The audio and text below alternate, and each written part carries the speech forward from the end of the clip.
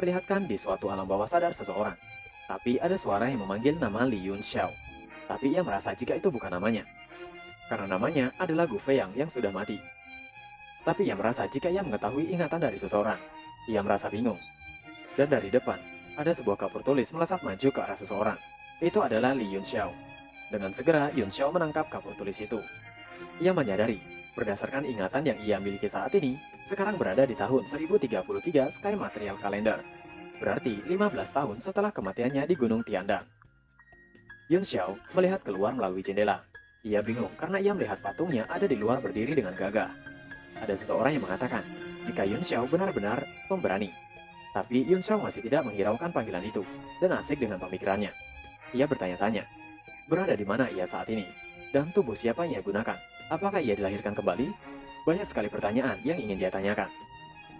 Terlihat seseorang yang sepertinya seorang guru pengajar di dalam ruang kelas meminta Yunxiao untuk menjawab pertanyaannya.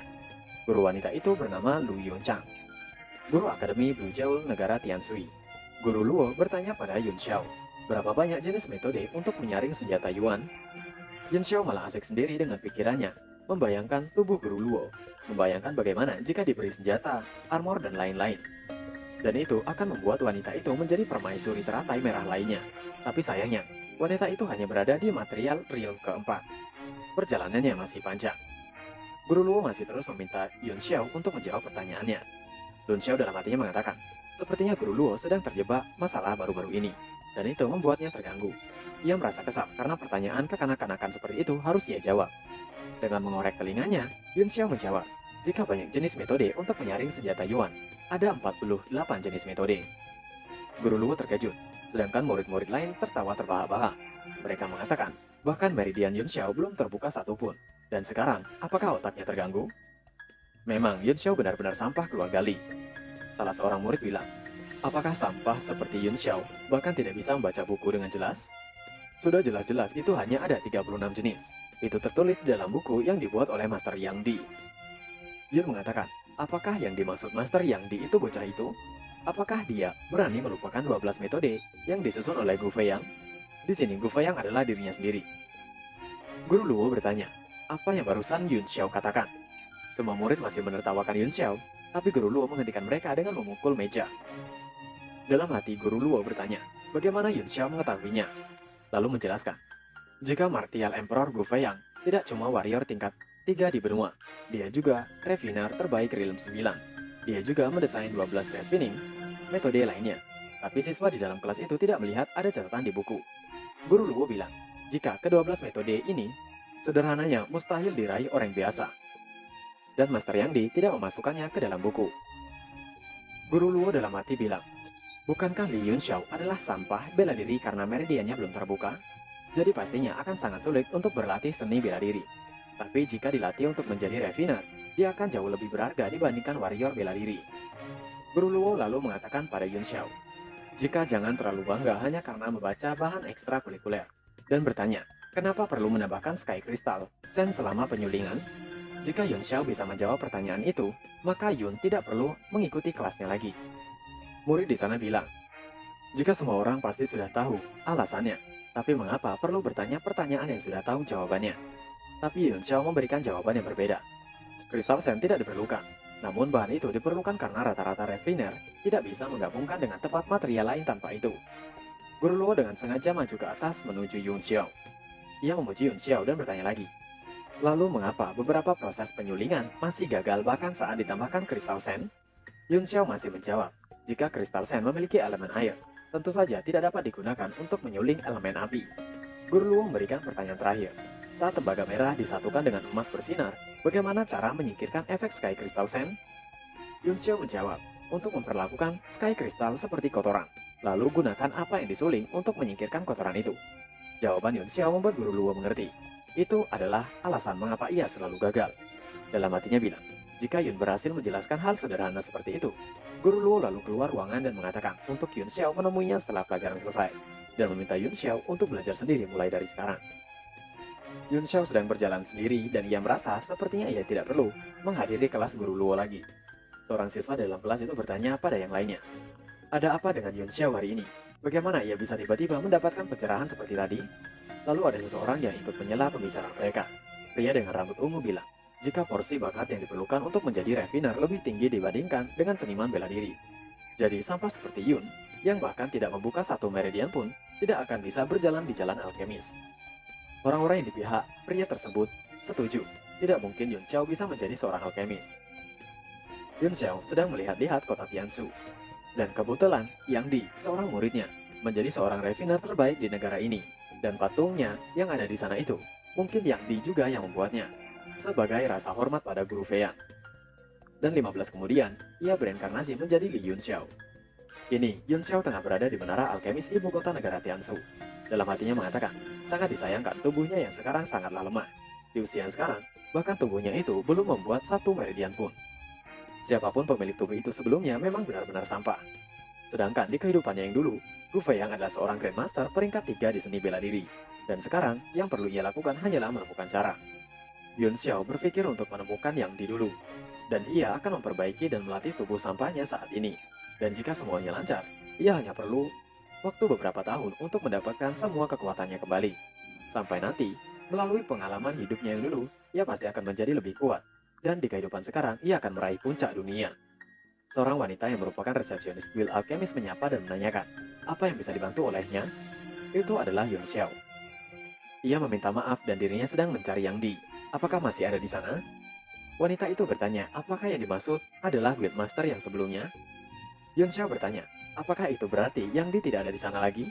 Resepsionis itu menjawab, jika Master Yang Di adalah guildmaster 20 tahun yang lalu. Setelah mendengar itu, dalam hati Yun Xiao berpikir, jika itu merepotkan. Awalnya, ia ingin Yang Di membuatkannya beberapa pil untuk membantunya membuka meridiannya. Dan sekarang, sepertinya ia harus melakukannya sendiri. Dulu, seluruh dunia bela diri mengenal dirinya, Gu Feiyan, sebagai anak ajaib di seni bela diri dan alkemis. Ia tidak hanya alkemis legendaris, tapi juga salah satu dari 7 tetua guild alkemis. Prestasinya bahkan bertahan di puncak 9 ril. Dinamakan sebagai military breaker oleh gereja, dia adalah ahli terbaik dunia, dan bahkan murid-muridnya terkenal di dunia bela diri, dan sekarang ia bereinkarnasi sebagai sampah. Tubuhnya saat ini berusia 15 tahun. Jika ia tidak membuka meridiannya segera, maka akan lebih sulit lagi ke depannya. Lalu, Yun Xiao meminta untuk menemukan bahan dan akan menuliskan resep untuk resepsionis itu. Wanita resepsionis lalu memberikan sebuah kertas dan meminta Yun Xiao untuk menuliskannya. Saat Yun Xiao sedang menulis resepnya, ada seseorang yang memanggil wanita resepsionis itu. Itu adalah Jiarong, seorang alkemis dari Guild Alkemis negara Tiansu. Jiarong bilang, jika Master Liang mencarinya, dan Jiarong bertanya, pada siapa wanita itu berbicara? Wanita resepsion bilang jika ada seorang anak yang meminta untuk menemukan sesuatu. Jiarong lalu meminta resep itu dan mencoba untuk melihatnya. Yun Xiao menilai kondisi dari Jiarong. Jiarong adalah alkemis tingkat 1, tapi belum selesai dengan penilaiannya, ia dihentikan oleh suara Jiarong yang mengatakan, resep jelek macam apa ini? Jiarong lalu melempar kertas resep yang sudah ia remas tadi. Yun Xiao marah, karena dulu setiap dokumen yang ia tulis adalah harta yang tak ternilai. Tapi diam Jiarong membuangnya seperti potongan kertas sampah. Jiarong lalu menyuruh wanita resepsionis itu untuk segera pergi. Jiarong juga dengan berlalu mengatakan, jika itu bukanlah tempat untuk seorang anak kecil berada. Yun Xiao lalu bertanya, apakah dia dipanggil Jiarong? Dan baru dipromosikan di minggu ini. Benar? Jiarong menjawab, jika seperti yang diketahui semua orang, ia baru dipromosikan 5 hari yang lalu. Dan karena Yun tahu mengenai dirinya, maka Yun Xiao harus memanggilnya dengan sebutan master. Yun lalu bertanya lagi, apakah Jiarong yakin dirinya dipromosikan sebagai alkemis? Dengan ekspresi kesal, Jiarong bertanya pada Yun Xiao, apa yang dimaksud Yun Xiao? Yun Xiao menjelaskan detail kondisi Jiarong. Jari-jari berwarna abu-abu gelap dan mulai mengelupas. Mungkin karena paparan Hellwind Stone untuk meningkatkan kemampuan fusi alkemis sebelum ujian. Bau Blood Flame Orchid di tubuh Jiarong seharusnya untuk mencegah efek samping batunya. Juga ada gumpalan Tiger Sulfur Stone. Itu artinya pemeriksaan alkemis Jiarong untuk menempa senjata dengan Tiger Sulfur Stone sebagai material utama. Dengan pucat keringat dingin, dalam hati Jiarong bertanya, bagaimana Yun Xiao mengetahuinya? Mencoba untuk tidak peduli, Jiarong berlalu dan bilang, jika itu semua adalah omong kosong. Yun Xiao masih meneruskan, tapi Jiarong tidak mengetahui semuanya. Blood Flame Stone sebenarnya mempunyai efek samping yang kuat. Yun Xiao merasa yakin. Titik akupuntur di dahi, belakang leher dan punggung Jiarong sangat tidak nyaman di siang hari. Mendengar penjelasan Yun Xiao membuat tubuh Jiarong merinding. Yun Xiao masih meneruskan, jika bakat alkemis yang sia-sia. Jika Jiarong ingin melindungi hidupnya, maka Jiarong harus memotong tangan dan menghancurkan dantiannya. Jarong menatap dengan pucat, meminta untuk Yun Xiao berhenti menakut-nakuti dirinya. Yun Xiao lalu berbalik, pergi sambil mengatakan, untuk Jarong melupakan hal itu saja. Ia hanya bermaksud mengajari Jarong pengobatannya. Mendengar itu membuat Jarong langsung menghadang Yun Xiao. Ia mengatakan, jika Yun Xiao tidak boleh pergi, dan meminta Yun Xiao untuk mengatakan bagaimana cara pengobatannya. Tapi Jarong dikejutkan dengan tatapan yang diberikan oleh Yun Xiao. Ia merasa takut. Bagaimana tatapan seorang remaja bisa seperti itu? Lalu Jiarong langsung menunduk pada Yun Xiao dan memohon untuk diberitahu cara pengobatannya. Yun Xiao lalu bertanya, di mana daftar materialnya tadi? Dengan segera, Jiarong seperti anjing yang mengambil sebuah mainan yang baru dilempar dan menyerahkan pada tuannya. Semua orang di sana bingung dengan apa yang mereka lihat. Setelah Yun Xiao menerima kertasnya tadi, ia menggunakan sebagai lap ingus dan mengembalikannya pada Jiarong dengan mengatakan, jika ia menginginkan 10 badge, dan meminta Jiarong untuk datang ke Akademi Blue Jewel. Begitu Jiarong mendapatkan semuanya, dan meminta Jiarong untuk mengingat namanya, Li Junxiao, dan meneruskan, jika kehormatan bukan diberikan, tapi didapatkan. Dan Jiarong kehilangan itu dari Yun Xiao dari awal. Aura yang dikeluarkan Yun Xiao sangat besar yang membuat Jiarong terkejut keringat dingin. Yun Xiao juga mengatakan sebelum pergi, jika tangan kanan Jiarong hanya bisa bertahan hanya 3 hari lagi, dan jika Jiarong menunggu lebih lama, maka Jiarong tidak akan bisa pulih lagi. Jiarong terkejut, bagaimana ia bisa mengumpulkan material itu, bahkan setengahnya saja. Ada yang tidak ia ketahui. Dan bagaimana ia tahu kalau Yun Xiao tidak berbohong? Yun Xiao hanya menjawab, jika Jiarong adalah orang cerdas. Yun Xiao percaya jika Jiarong dapat menemukannya. Yun Xiao memberikan saran untuk mengubah White Moon Bamboo Leaf dan Gale Wolf Ginseng ke dalam obat untuk digunakan. Itu bisa meredakan titik akupunturnya dan membuat lengan Jiarong dapat bertahan untuk beberapa hari lagi. Karena Jiarong harus menemui Yun Xiao hidup-hidup. Dengan geram, dalam hati Jiarong mengatakan, Yun Xiao bukanlah seorang warrior atau alchemy. Mengapa ia harus merasa takut? Ia akan menemukan cara sendiri dan menghancurkan bocah sombong seperti Yun Xiao. Kini, wanita resepsionis berada di ruangan Master Liang Wenyu, seorang revenir tingkat 2. Sepertinya wanita resepsionis itu sudah menceritakan kejadian di luar. Liang mengonfirmasi lagi, apakah itu seorang remaja? Apakah wanita resepsionis bilang jika seorang remaja memintanya untuk menemukan Soul Grand Root dan White Phoenix Dragon Lotus? Wanita resepsionis menjawab benar, remaja itu baru berusia 15 tahun. Liang mengatakan, jika Soul Grand Root dan Phoenix Dragon Lotus adalah bahan yang membantu menaikkan level seorang warrior. Ia bertanya, apalagi yang ada dalam list resep itu? Wanita itu mengingat sambil mengatakan, jika ada juga Infiltrate Ghost Flower, Yamasil Health Fruit, Compressed Milk, dan lain-lain yang belum ia ketahui. Mendengar itu membuat Liang terkejut dan ia bertanya, apakah anak itu memberitahu bagaimana cara untuk menghubunginya? Wanita resepsionis bilang tidak ada. Dan ia menanyakan, padahal ia sudah lebih dari 3 tahun, tapi ia tidak pernah mendengar material itu. Liang juga bilang jika ia tidak pernah mendengar beberapa, tapi ia punya perasaan kalau obat itu akan meningkatkan level warrior dengan sangat besar, dan itu sangat berharga. Lalu mengatakan, jika anak itu kembali lagi, Liang meminta wanita resepsionis itu harus membuat anak itu untuk tinggal dan segera memanggil dirinya apapun yang terjadi. Kembali kepada Yun Xiao yang tengah berada di jalanan negara Tianzhu. Ia berpikir, jika material yang ia minta itu sedikit sulit ditemukan oleh Jiarong, maka ia tidak bisa mengandalkannya begitu saja. Ia harus mencari cara lain. Ia mencoba untuk melihat isi dari cincin penyimpanan milik Li Yun Xiao. Isinya semua adalah sampah, majalah dewasa, rokok, beberapa benda tak berguna, dan ada satu pedang juga. Yun Xiao mencoba mengeluarkannya. Ia mengatakan satu-satunya yang berguna adalah pedang itu.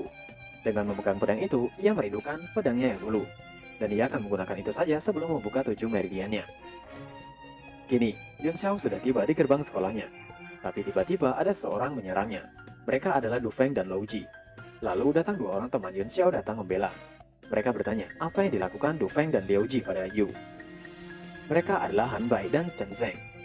Du Feng menjawab, jika selama pelajaran, Yun Xiao melakukan yang terbaik. Jadi, Bos Lan meminta mereka untuk memeriksa keadaan Yun Xiao. Dengan segera Du Feng melancarkan serangan, tapi itu ditahan oleh Han Bai. Tapi mereka berdua sama-sama terpental. Chen bertanya, apakah Han Bai sudah membuka 4 cakranya? Han Bai juga bilang sepertinya. Du Feng juga sama-sama membuka 4 cakra. Kini, giliran Lou Ji yang menyerang. Yang ternyata, Lou Ji telah membuka 5 cakra, dan meminta Han Bai tidak terlalu sombong. Serangan Lou Ji membuat tulang tangan Han Bai retak. Du Feng bilang, mengapa mereka tidak pergi dari sana saja? Tiba-tiba ada seorang wanita yang membela Yun Xiao. Itu adalah Chen Rusui, putri negara Tianzhu. Yun Xiao melihat itu baru menyadari, jika sepertinya sampah seperti dirinya pun masih memiliki hubungan seperti itu pada Xin Rue. Du Feng dan temannya lalu pergi karena mereka menghormati Putri Jin dan mengatakan pada Yun Xiao jika sepertinya Yun beruntung hari ini. Tapi sebelum jauh, Yun Xiao bilang, apakah setelah selesai memukul temannya, Du Feng akan pergi begitu saja? Dengan jengkel, Du Feng bertanya, apakah sampah seperti Yun Xiao ada sesuatu yang akan dikatakan? Dengan gayanya, Yun Xiao bilang, jika ia hanya ingin melihat perbedaan antara 5 meridian dan 0 meridian. Luo Jin bersiap untuk mengajar, tapi dihentikan oleh Du Feng. Ia yang akan mengambil alih dalam mengajar Yun Xiao. Du Feng langsung melesat ke arah Yun Xiao dan bilang, jika ia akan memulai dengan 4 cakra dulu. Semua orang terlihat khawatir dengan Yun Xiao, tapi yang sebenarnya terjadi membuat mereka terkejut. Kaki Yun Xiao kini berada di antara dua paha milik Du Feng. Itu membuat Du Feng tidak bisa bergerak karena menahan masa depannya hancur. Luo Jin merasa tidak terima. Yun Xiao mengatakan, jika seperti yang dilihat oleh Luo Jin, ia hanya mengayunkan kakinya di antara paha Du Feng. Luo Jin merasa aneh. Tidak mungkin Du Feng tanpa sengaja terkena tendangan Yun Xiao. Luo Jin merasa kesal. Ia mengatakan tidak peduli apa yang Yun Xiao katakan, Yun Xiao tetap akan mendapat masalah.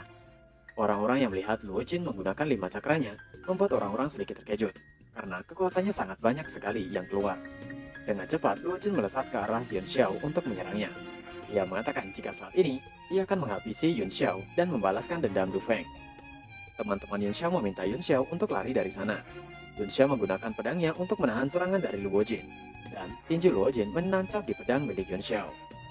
Luo Jin menahan sakit hingga menangis dan menjerit. Dan lagi, Yun Xiao mengangkat kakinya menuju antara paha menuju masa depan milik Luo Jin. Udah sakit tangan, sakit masa depan pula, mantap. Keduanya terlihat seperti akan menemui ajal mereka. Dengan keren, Yun Xiao mengangkat jempolnya. Semua orang tak percaya dengan kejadian yang mereka lihat. Betapa bodohnya Luo Jin meninju pedang milik Yun Xiao. Yun Xiao dengan songongnya mengatakan, jika ia tidak bisa mengalahkan beberapa warrior, maka ia lebih baik memilih mati. Yun Xiao mendekati Luo Jin dan Du Feng sembari mengatakan, jika melukai temannya akan mendapat konsekuensi yang parah. Luo Jin seperti memohon ampun agar Yun Xiao tidak mengajarnya lagi. Tapi sepertinya Yun Xiao tidak selemah itu yang akan mengampuni mereka. Yun Xiao lalu mendengar Luo Jin hingga membuat keduanya menabrak tembok pembatas hingga hancur. Luo Jin terlihat mengompol karena sepertinya menahan sakit yang luar biasa ia terima. Yun Xiao yang masih terlihat kesal berdiri di depan Luo Jin dan Du Feng dihentikan oleh teman-temannya. Chen Zeng bertanya apakah Yun Xiao telah membuka meridiannya, sedangkan Han Bai mengusir semua orang yang melihat kejadian di sana. Yun Xiao menjawab pertanyaan Chen Zeng jika itu tidak sesederhana kelihatannya seperti membuka meridian atau cakra. Han Bai bertanya, tapi bagaimana mereka berdua dapat Yun Xiao kalahkan? Yun Xiao beralasan, bukankah mereka sudah melihat kalau mereka berdua melukai diri mereka sendiri? Dengan bodohnya, Han Bai mempercayai perkataan dari Yun Xiao. Chen Ruxue bertanya, apakah Yun Xiao benar-benar Li Yun Xiao yang asli? Ia meneruskan jika keluarga Du Feng dan Luo selalu melawan keluarga Li. Ia khawatir jika mereka akan menggunakan alasan ini untuk melawan Yun Xiao. Yun Xiao mengayunkan pedangnya yang menancap di depan Luo Jin bilang, jika mereka tidak mengatakan yang sebenarnya, ia akan menghancurkan apapun yang membuat mereka menjadi pria. Maksudnya itu menghancurkan masa depan milik mereka berdua. Yun Xiao lalu berpamitan untuk kembali ke asrama. Ruxue berteriak, jangan sesekali Yun Xiao menyepelekan masalah itu. Mengapa Yun Xiao menyebabkan masalah itu dan hanya mengabaikan setelahnya? Han Bai dan Chen Zeng bilang, untuk Ruxue tidak perlu khawatir lagi. Jika mereka benar-benar akan mengirim pembunuh ke akademi, itu akan membuat keluarga Li semakin marah. Biasanya, orang di luar akademi tidak akan berani melawan. Tapi jika pertarungan murid, akademi akan mencari cara lain. Ruxue bertanya, apakah Chen Zeng sedang membicarakan Lan Fei? Chen Zeng membenarkannya. Han Bai menambahkan jika semua orang tahu kalau Du Feng adalah orangnya Lan Fei. Han Bai merasa khawatir, karena Lan Fei sudah mengaktifkan 7 cakra, dan setelah melatih spiritnya untuk menjadi champion. Champion dan warrior memiliki perbedaan yang sangat besar, dan masalahnya, Yun Xiao belum membuka 1 cakra pun. Bahkan Yun Xiao bukanlah seorang warrior. Yun Xiao telah sampai di asramanya. Dalam hatinya mengatakan, jika tubuhnya yang saat ini sangatlah lemah, ia perlu melatihnya meskipun ia belum mengaktifkan cakranya. Yun Xiao lalu menggunakan Heavenly Tiran Body Training, teknik untuk melatih tubuhnya. Diceritakan, jika dunia bela diri pernah mengadakan event untuk menentukan 10 petarung terkuat, orang yang menamai mereka 10 raja besar yang berperang, yang menjadikan mereka puncak kekuatan di dunia bela diri. Di antara mereka, seseorang yang dipikir semua orang yang terkuat adalah orang yang dijuluki The Tiran Martial Sovereign, yang bernama Ao Changkang. Teknik latihan yang saat ini Yun Xiao gunakan terkenal sebagai seni bela diri terbaik. salah satu yang didapatkan oleh Yun Xiao di masa lalu sebagai Gu Fei yang tanpa sengaja. Saat ini, Yun Xiao menggunakan teknik itu untuk melatih tubuh sampahnya. Itu sangat gila, terasa seperti mencabik-cabik tubuhnya saat digunakan. Tubuh Yun Xiao gemetar menahan sakit yang luar biasa. Yun Xiao merasa pantas saja, Au Changkang sangat kuat, dan ia baru mulai saja sudah merasakan kesakitan. Jika ia menggunakan teknik itu, ia akan bisa berlatih hingga level Martial King, meski tanpa membuka cakranya. Yun Xiao melanjutkan latihannya dengan menggunakan teknik Heavenly Tiran Body Training bentuk pertama. Menggunakan itu membuat tubuh Yun Xiao terlempar menabrak dinding asrama hingga membuatnya muntah darah. Ia terkejut karena tubuhnya mampu menggunakan latihan itu. Jadi ia akan meneruskan latihannya. Keesokan harinya, Yun Xiao mendatangi tempat latihan gravitasi Akademi Jialang. Yun Xiao yang ada di sana dalam hatinya mengatakan, jika tubuhnya akan mendapat manfaat besar di ruang gravitasi, berkat ia memiliki teknik Heavenly Tiran sebagai pondasi. Ia merasa merindukan hari-harinya dulu. Beberapa dekade yang lalu, ia juga merupakan seorang petarung normal seperti mereka yang ada di sana. Saat Yun Xiao berjalan, orang-orang melihat sedang memandangi dirinya. Ia merasa ada yang aneh. Yun Xiao sudah tiba di ruangan teleportasi 10 kali gravitasi. Yun Xiao mengeluarkan sesuatu dan melemparkannya. Seketika, ia berpindah tempat di ruang 10 kali gravitasi. Dalam hatinya mengatakan, jika hanya 10 kali gravitasi, punya efek drastis pada tubuhnya. Ia sangat beruntung karena sudah siap mental. Yun Xiao mengatakan, jika ada 200 ruangan latihan di sana, dan sepertinya cukup banyak orang yang menunggu untuk mengambil ruang latihan. Yun Xiao menggunakan Universal Detect untuk mencari ruangan yang segera kosong. Ia menemukan salah satu ruangan yang orang di dalamnya hampir selesai latihan. Saat pintunya terbuka, Yun Xiao sudah ada di depan pintu itu untuk segera masuk. Orang-orang di sekitar yang menunggu ruangan juga merasa heran. Mereka mengatakan jika sepertinya Yun Xiao sangat beruntung. Bahkan mereka yang sudah menunggu berhari-hari belum juga dapat giliran. Saat akan memasuki ruang latihan, Yun Xiao dihentikan oleh seorang di sana. Ia memperkenalkan dirinya sebagai Yu Heizeng, puncak martial disiplin dengan 7 cakra. Bukankah Yun Xiao baru saja datang? Maka itu adalah ruangan yang akan ia gunakan. Yun Xiao menjawab, bagaimana bisa ia membiarkannya memiliki ruangan itu? Kan Yun Xiao mendapatkannya duluan. Yu Hei mengatakan, jika Yun Xiao jangan membuat dirinya malu, dan jika nanti ada seorang yang mengganggu Yun Xiao di akademi, Yun Xiao tinggal menyebut namanya saja. Tapi Yun Xiao masih tidak mau pergi dan meminta Yu Hei pergi dari sana. Yu Hei yang merasa dihina oleh Yun Xiao tertawa dan mengatakan, jika Yun Xiao sangat memiliki nyali. Yu Hei lalu mengaktifkan 7 cakra dan mengatakan, jika ia akan mengajari sampah seperti Yun Xiao, beberapa aturan yang harus dipatuhi oleh murid baru. Yu Hei bersiap untuk menyerang Yun Xiao, tapi Yun Xiao malah mengabaikan Yu Hei. Merasa diabaikan, membuat Yu Hei merasa kesal dan langsung menyerang Yun Xiao dari belakang. Yun Xiao berbalik badan memasang kuda-kuda, serta mengeluarkan aura membunuhnya. Aura itu membuat Yu Hei bertanya-tanya, apa yang terjadi? Bukankah tekanannya sudah sepenuhnya mengunci Yun Xiao? Mengapa ia merasakan jika ia akan dalam bahaya? Yun Xiao meraih tangan Yu Hei dan memukul pundak Yu Hei. Pukulan Yun Xiao membuat Yu Hei mundur ke belakang beberapa langkah. Dalam hati Yun Xiao merasa sedikit kesal, karena jika itu adalah dirinya yang dulu, yang dimaksud adalah dirinya sebagai Gu Feiang, maka Yu Hei sudah pasti akan mati. Yu Hei masih tidak percaya. Dalam hatinya mengatakan, sudah jelas Yun Xiao tidak memiliki cukup kekuatan. Saat sedang berpikir, Yu Hei dikagetkan oleh orang yang meminta untuk melupakan saja ruangan itu. Yu Hei bilang jika ia meminta waktu 5 menit untuk menghancurkan Yun Xiao, dan ia akan mendapatkan ruangan itu untuknya. Itu adalah seorang wanita yang bernama Lan Duo. Ia mengatakan untuk membiarkan saja. Bagaimanapun, Yun Xiao mendapatkan ruangan itu duluan. Yun Xiao menyadari siapa wanita itu. Lan Duo mengatakan, jika gerakan Yun Xiao cukup bagus, tapi sebuah teknik tanpa kekuatan pada akhirnya adalah hiasan yang tidak cocok untuk digunakan. Yun Xiao membenarkannya. Lan Duo mengatakan, jika Yun Xiao tidak akan bisa mengalahkannya, jarak antara mereka berdua akan semakin jauh. Lan Duo menambahkan, jika Yun Xiao adalah tuan muda keluarga Li, bahkan jika Yun Xiao tidak bisa berlatih, Yun Xiao masih mempunyai masa depan yang cerah. Jadi, mengapa Yun Xiao harus membuat dirinya sendiri melalui pelatihan keras seperti ini? Yu Hei terkejut karena Yun Xiao adalah orang sampah dari keluarga Li. Yun Xiao menyadari sepertinya Yun Xiao dulu mengejar wanita itu dan ditolak sebelum Gu Feiang mengambil alih tubuh Yun Xiao. Di dalam ingatan Yun Xiao, wanita itu mengatakan, jika suaminya haruslah orang yang kuat, orang yang akan menjadi Arkanist Soldier negara Tianzu. Jika suatu hari Yun Xiao bisa mengalahkannya, maka ia akan memikirkannya sekali lagi. Yu Hei tertawa terbahak-bahak karena mendengar Yun Xiao mengejar-ngejar Lan Duo. Yun Xiao menjawab jika itu sia-sia sekali. Dia tidak akan melawan Lan Duo meskipun ia bukanlah seorang sampah. Dengan berlalu memasuki ruangan latihan, Yun Xiao meminta mereka pergi jika tidak ada yang perlu dikatakan lagi. Yu Hei dalam hatinya bertanya, apa yang terjadi pada Yun Xiao? Yun Xiao bahkan tidak bisa membuka cakranya. Tapi mengapa tatapannya membuatnya merasa membeku ketakutan? Ia merasa seperti jatuh dalam dasar jurang. Ia merasa, apakah ia kehilangan keinginannya untuk bertarung saat menghadapi Yun Xiao? Di dalam ruang latihan, hanya ada dua patung di sana. Yun Xiao mengatakan, jika itu adalah patung hitam baja yang sepertinya berusia berabad-abad. Tidak peduli waktu dan tempat, selalu ada sekumpulan orang yang berlatih siang dan malam, mengikuti jalan yang ulet. Yun Xiao lalu mengatakan pada dirinya sendiri, jika saat ini bukanlah waktunya untuk dirinya merasa kagum, yang harus ia lakukan adalah latihan. Dengan segera, Yun Xiao menyerang patung itu. Tapi Yun Xiao malah terlempar hingga menabrak dinding. Ia merasa jika di bawah gravitasi 10 kali, efek Moonlight Technique diperkuat. Dalam 3 hari, ia akan memperlunak tubuhnya ke tahap Martial Apprentice. Saat itu terjadi, setidaknya ia yakin 60% bisa membuka cakranya. Yun Xiao terus berusaha melatih dirinya. Saat Yun Xiao sedang berlatih di pengasingan, berita tentang perkelahiannya dengan Yu He tersebar.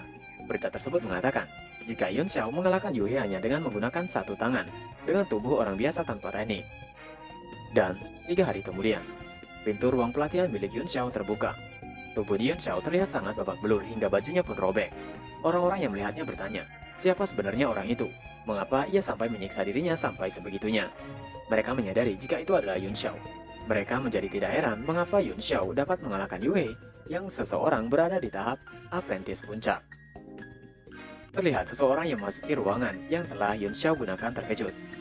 Ternyata ruangan itu sudah berantakan, bahkan patungnya pun hancur. Mereka tidak percaya jika Yun Xiao bisa menghancurkan patung baja hitam yang mereka telah gunakan untuk berlatih bertahun-tahun. Apakah Yun Xiao manusia atau bukan?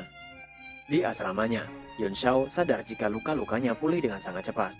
Saat sedang memikirkan sesuatu, Yun Xiao merasa ada seseorang yang akan menyerangnya dari belakang. Yun Xiao langsung menarik orang itu ke depan dan membantingnya. Yang ternyata itu adalah Han Bai. Han Bai merasa tangannya seperti akan patah. Yun Xiao mengatakan jika tangan Han Bai terkilir. Dan apa alasan Han Bai mengendap-endap tadi? Yun Xiao sambil memperbaiki tangan Han Bai yang terkilir bertanya, mengapa Han Bai menemuinya? Han Bai bilang jika terakhir kali Yun Xiao bertingkah aneh, jadi ia ingin menguji Yun Xiao. Ia meneruskan jika Yun Xiao sangat kuat, mungkin Yun Xiao punya... Belum selesai dengan perkataannya, Han Bai dihentikan oleh jawaban Yun Xiao yang mengatakan, jika ia tidak punya, ia tidak membuka cakranya. Han Bai terkejut, karena Yun Xiao memiliki kekuatan seperti itu, tapi belum membuka cakranya. Dan di mana Yun Xiao berada akhir-akhir ini? Guru Luo mencari Yun Xiao. Yun Xiao bertanya, mengapa gadis kecil Luo mencarinya? Han Bai yang tengah kesakitan itu heran karena Yun Xiao memanggil Guru Luo dengan sebutan gadis kecil. Tapi Han Bai dengan segera tersadar, karena ada hal yang lainnya. Kemungkinan mereka akan berada dalam bahaya besar. Tidak seorang pun melihat Lan Fei dalam beberapa hari. Han Bai mendengar ia berlatih sendiri, jadi dia bisa menerobos original realm pertama. Du Feng dan Luo Jin adalah orangnya. Hal yang pertama akan mereka lakukan setelah keluar dari pengasingan adalah mencari Yuan Xiao. Yun Xiao meminta Han Bai untuk tidak khawatir, karena itu hanya original realm pertama. Han Bai menanyakan, apakah Yun Xiao tidak tahu bahkan sampai meremehkan original realm pertama? Itu artinya, kondensasi energi Yuan dan menjadi martial warrior sebenarnya. Dan ada perbedaan besar antara martial warrior dengan martial apprentice seperti mereka. Tenzhen, Putri Roxue, juga dirinya mengkhawatirkan Yun Xiao. Tapi Yun Xiao hanya meremehkan orang itu. Dalam hati Yun Xiao bilang, oh, itu orangnya yang terus menimbulkan masalah untuk Li Yun Xiao. Yun Xiao lalu mengatakan pada Han Bai jika ia memiliki sesuatu yang lebih penting untuk diminta dari Han Bai. Han Bai bertanya, apa itu? Dengan muka seramnya, Yun Xiao memalak uang Han Bai. Yun Xiao meminta Han Bai untuk menyerahkan semua uang yang Han Bai miliki padanya, karena ia ingin membeli obat. Han Bai yang akan keluar dari gerbang halaman asrama Yun Xiao bilang, apakah Yun Xiao tidak khawatir? Karena dari 3.000 orang, hanya 30 orang yang bisa menjadi warrior. Yun Xiao bilang, jika ia sangat khawatir, tapi itu tidak akan berguna, dan akan membalas Han Bai jika ia selamat. Saat akan membuka pintu itu, Han Bai langsung terlempar ke arah Yun Xiao dengan sangat kencang hingga membuat Han Bai pingsan seketika. Lalu dilemparkan lagi salah satu teman Yun Xiao, yaitu Chen Zhen yang sudah babak belur hampir mati. Yun Xiao yang melihat itu marah dan menyebut nama Lan Fei. Lan Fei mendatangi Yun Xiao dan berkata, Yun Xiao hanyalah sampah yang cari mati, dan berani-beraninya Yun Xiao menyentuh orang-orangnya. Ia akan menghancurkan Yun Xiao saat ini juga. Lan Fei mendekati Yun Xiao perlahan, sedangkan Du Feng dan Luo Jin merasa senang karena Lan Fei datang untuk menyelamatkannya. Yun Xiao lalu memeriksa keadaan dari Chen Zeng sembari mengatakan, padahal Lan Fei hanyalah seorang yang berada di ranah Yuan awal. namun sosokan menunjukkan seluruh auranya untuk pamer semata. Dalam hati Yun Xiao bersyukur karena Chen Zhen tidak sekarat. Yun Xiao bertanya pada Lan Fei, apakah Lan Fei pikir dirinya itu spesial hanya karena dapat mengeluarkan sedikit aura seperti itu? Tanpa menjawab, Lan Fei mengatakan, apakah Yun Xiao mau berlutut dan meminta maaf? Jika tidak, maka ia akan membuat tangan dan kaki Yun Xiao lumpuh. Dengan ekspresi marahnya, Yun Xiao mengatakan, membuat dirinya lumpuh. Itu menarik. Sudah lama sekali sejak terakhir kali ia mendengar kata-kata arogan seperti itu. Yun Xiao berjalan menuju ke arah Lan Fei dengan aura intimidasi yang sangat kuat. Hal itu membuat Lan Fei merasakan sesuatu tekanan yang tidak mengenakan. Tapi Lan Fei tidak tinggal diam. Ia berlari menuju Yun Xiao menggunakan pedangnya. Tapi dalam hatinya ia masih bertanya-tanya. Apa-apaan rasa takut yang tak bisa ia jelaskan itu? Ia merasa jika ia tidak menyerang sekarang, ia tidak akan pernah berani menyerangnya lagi. Ia masih bertanya-tanya mengapa ia merasa sangat takut. Lan Fei melayangkan tebasan pada Yun Xiao, tapi serangan itu juga ditangkis oleh Yun Xiao menggunakan pedangnya. Gelombang kecut dari benturan senjata mereka membuat Yun Xiao terdorong ke belakang, dan pedangnya juga tergores. Lan Fei tidak percaya jika Yun Xiao bisa menahan serangannya. Bagaimana mungkin itu terjadi? Apakah Yun Xiao sudah membuka cakranya? Tapi jika sudah membuka cakranya, mengapa ia tidak bisa merasakan adanya fluktuasi Yuan Qi dari Yun Xiao? Yun Xiao tertawa senang. Ia mengatakan jika sudah lama ia tidak bertarung dengan kekuatan penuhnya. Meskipun saat ini kondisinya sedikit aneh, namun tebasan pedang Lan Fei terasa sangat memuaskan. Dengan mengangkat pedangnya, Yun Xiao meminta Lan Fei untuk datang menyerangnya lagi. Lan Fei merasa terhina dan mengeluarkan jurusnya. Tebasan awan mengalir. Lan Fei melesat ke arah Yun Xiao dengan berkata, jika saat ini ia berada di ranah Yuan awal dan merupakan seorang martial warrior, dan bertanya, bagaimana cara Yun Xiao akan menahan serangannya kali ini? Semua orang sangat terkesan dengan teknik yang digunakan oleh Lan Fei. Yun Xiao bilang, jika tadinya ia tidak percaya jika teknik pedang yang digunakan Lan Fei adalah teknik pedang yang bagus. Tapi mengapa Lan Fei hanya memegang pedang itu layaknya memegang sebuah lilin? Lan Fei meminta Yun Xiao untuk diam dan menerima kekalahannya saja. Yun Xiao mengangkat pedangnya dan mengatakan, apakah Lan Fei tahu? Lan Fei sangat beruntung karena mendapatkan saran darinya.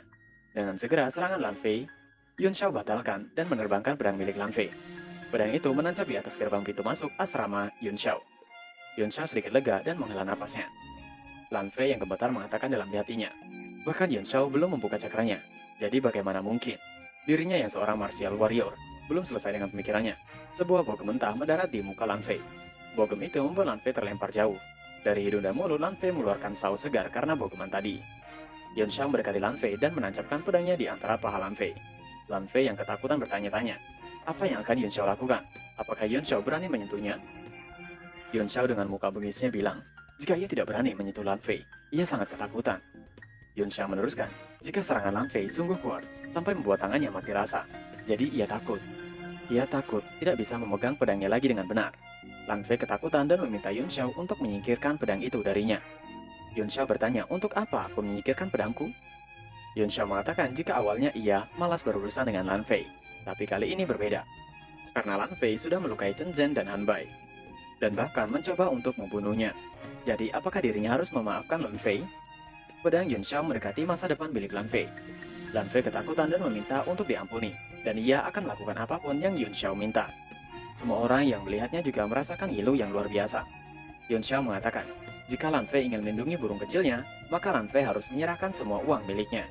Dengan segera Lan Fei menyerahkan uang miliknya. Yun Xiao juga merampok teman-teman Lan Fei. Ternyata banyak juga hasil rampokan malam ini. Yun Xiao lalu melihat sebuah benda yang tergantung di pinggang Lan Fei. Dengan segera Yun Xiao mengambilnya. Yun Xiao bilang jika Leontin Giok itu bagus, ia akan mengambilnya. Lan Fei berusaha untuk meminta Yun Xiao tidak mengambil Leontin itu dan akan menggantinya dengan barang lain. Lan Fei bilang jika giok itu adalah pemberian turun-temurun dan sebuah simbol keluarga. Dalam hati Lan Fei bilang, jika ia kehilangan giok itu, maka ia bisa dikuliti hidup-hidup oleh keluarganya. Yun Xiao bilang, jika bawahan Lan Fei hampir tidak memiliki apapun, jadi ia mengambil leontin itu sebagai gantinya. Atau Yun Xiao akan mengembalikan leontin itu, tapi ia akan menghajar semua bawahan Lan Fei. Lan Fei bilang dalam hatinya, jika leontinnya pasti jauh lebih penting daripada orang-orang itu. Tapi jika ia memilih leontin, maka ia akan kehilangan reputasi. Bawahannya bertanya keputusan dari Lan Fei. Dengan sok cool, Lan Fei menjawab, jika leontin itu bukan apa-apa, dan ia tidak akan membiarkan Yun Xiao menyentuh bawahannya. Lalu Lan Fei pergi dari sana bersama dengan bawahannya. Sebelum pergi, Yun Xiao mengatakan, berani sekali Lan Fei pergi dengan bersikap sok keren seperti itu. Dengan segera Yun Xiao mengayunkan pedangnya untuk menyerang Lan Fei. Seorang gadis yang merupakan bawahannya mencoba untuk melindungi Lan Fei. Tapi sepertinya Yun Xiao membatalkan serangannya. Yun Xiao bilang jika ia hanya bercanda. Wanita yang mencoba melindungi Lan Fei pingsan seketika karena terkejut. Yun Xiao lalu menyuruh mereka untuk pergi dari sana. Yun Xiao terkesan dengan liontin itu, yang ternyata itu memanglah batu giok 5 warna. Yun Xiao lalu mengatakan pada seseorang, jika orang itu sudah menonton dirinya sudah cukup lama, jadi lebih baik keluar saja dari persembunyian. Yang ternyata itu adalah Jiarong. Dalam hatinya bilang jika ia melihat semuanya, tapi ia tidak melihat satu petunjuk pun. Bagaimana Yun Xiao mengalahkan Lan Fei? Yun Xiao bertanya, apakah Jiarong sudah puas menonton? Dan sudahkah Jiarong mengumpulkan semua yang ia inginkan? Jiarong menyerahkan yang diminta dan bilang jika ia hanya bisa mengumpulkan 6 pek. Beberapa herbal itu sangat sulit untuk ditemukan. Ia telah mencari melalui seluruh asosiasi alkemis tapi hanya menemukan 6 pek. Yun Xiao meminta semuanya dan menyuruh Jiarong untuk mengobati teman-temannya yang terluka itu. Jiarong kesal berkata, memangnya Yun Xiao pikir siapa dirinya bisa menyuruh-nyuruh seenaknya. Yun Xiao menjawab jika Jiarong tidak mau, lebih baik nyah dari sana saja. Itu membuat Jiarong kesal, dalam hatinya ingin sekali membunuh Yan Xiao. Tapi ia tidak memiliki keberanian untuk melakukannya dan segera menyibukkan teman-teman Yun Xiao. Setelah memberikan pil pada teman Yun Xiao, Jiarong langsung meminta resep dan cara untuk menyembuhkannya. Dan setelah itu, ia tidak akan mau disuruh-suruh lagi oleh Yun Xiao. Yun Xiao menjawab, Jiarong tidak tahu berapa banyak orang yang meratap untuk diperintah olehnya. Namun ia menolak. Yun Xiao berani bertaruh jika Jiarong akan lebih dari senang untuk mendengarkan beberapa saran darinya segera. Jiarong marah dan mengatakan, apakah Yun Xiao mencoba untuk membodohi dirinya? Yun Xiao lalu melemparkan sebuah kertas pada Jiarong dengan mengatakan, emangnya Jiarong pikir Yun Xiao itu siapa? Dan mengapa ia harus berbohong pada Jiarong yang seorang alkemis tingkat 1 rendahan sepertinya? Jiarong merasa tidak terima, karena setiap alkemis itu dihormati dan memiliki pengaruh. Sambil menangkap kertas yang Yun Xiao lemparkan padanya, setelah membaca isi dari kertas itu membuat Jiarong terkejut. Dalam hatinya mengatakan, jika resep itu benar-benar luar biasa, dan Yun Xiao tidak berbohong padanya. Setelah menerima resep itu, Jiarong mengatakan, jika sekarang mereka impas dan akan pergi. Yun Xiao sambil berjalan menuju ke dalam asramanya mengatakan, jika resep itu bisa menghilangkan racun dari batu angin dan anggrek api darah yang ada di tubuh Jiarong tanpa menyebabkan efek samping. Namun, ketika tubuh Jiarong terkontaminasi oleh racun, tidakkah Jiarong merasakan kekuatan jiwanya melemah setiap kali ia berlatih kimia? Seolah-olah ada tanda-tanda bahwa kondisi kekuatan jiwa Jiarong semakin memburuk. Penjelasan Yun Xiao membuat Jiarong bagai tersambar geledek. Yun Xiao melanjutkan, memburuknya kondisi kekuatan jiwa akan sangat sulit untuk diatasi.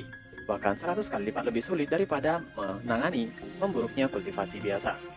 Jiarong bertanya apa maksudnya.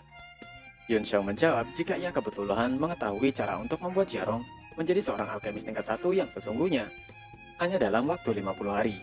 Jiarong berteriak jika Yun Xiao pasti berbohong, karena waktu sesingkat itu tidak akan mungkin bisa. Yun Xiao tidak bisa membodohinya. Yun Xiao dengan ekspresi bengisnya bilang, emang Jiarong pikir siapa Yun Xiao? Yun Xiao bilang jika ia tidak memiliki waktu untuk membodohinya. Tatapan Yun Xiao membuat Jiarong sedikit terkejut. Lalu ia meminta maaf karena terlalu kaget, dan bertanya, apakah Yun Xiao sungguh memiliki cara untuk menyembuhkan kekuatan jiwa dalam 50 hari? Yun Xiao menjawab, tidak hanya kekuatan jiwanya saja, tapi juga bisa membuat Jiarong menjadi seorang alkemis tingkat 1 yang sesungguhnya. Dengan sedikit takut, Jiarong bertanya, jadi apa yang harus dia lakukan agar Yun Xiao bisa membantu dirinya? Dengan tegas, Yun Xiao mengatakan, untuk Jiarong menjadi pelayannya. Jiarong kesal dan mengatakan, itu tidak masuk akal. Yun Xiao hanyalah bocah rendahan yang arogan, dan dia ingin menjadikan seorang alkemis tingkat 1 sebagai pelayannya?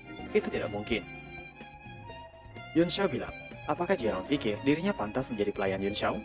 Jiarong hanya harus menjadi pelayannya selama 50 hari saja. Setelahnya, Jiarong harus nyah dari hadapan Yun Xiao.